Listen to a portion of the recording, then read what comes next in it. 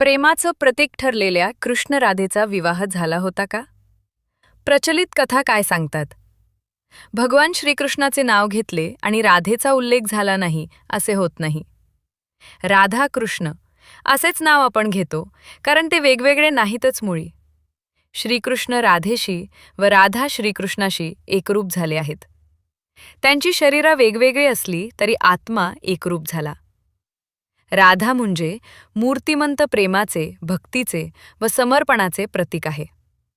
देवाचे आपल्या भक्तावर किंवा भक्ताचे त्याच्या आराध्यावर जितके पराकोटीचे प्रेम असू शकेल ते प्रेम म्हणजे राधाकृष्णाचे प्रेम होय.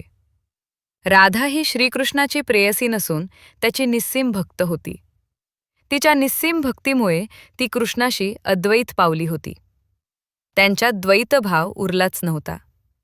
तिच्या श्वासात कृष्ण नाम होते.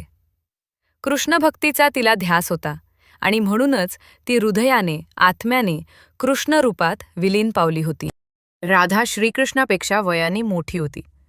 श्रीकृष्ण जेव्हा कधीच न परतण्यासाठी गोकुळ सोडून अक्रूराबरोबर मथुरेला जाण्यास निघाला तेव्हा त्याचे वय अवघे 8 ते 10 वर्ष इतकेच होते. म्हणूनच राधाकृष्णाचे प्रेम हे भौतिक प्रेम नसावे असाच निष्कर्ष निघतो.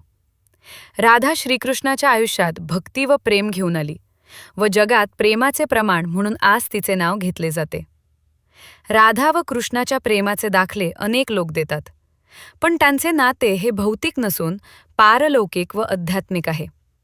तरीही ह्या बाबतीत अनेक समज आढळतात. काही लोक म्हणतात की स्वतः ब्रह्मदेवाने लहानपणीच राधा व कृष्णाचा विवाह लावून दिला होता, पण अनेक लोक हे मानत नाहीत. अनेक लोकांचे अनेक ग्रह आहेत.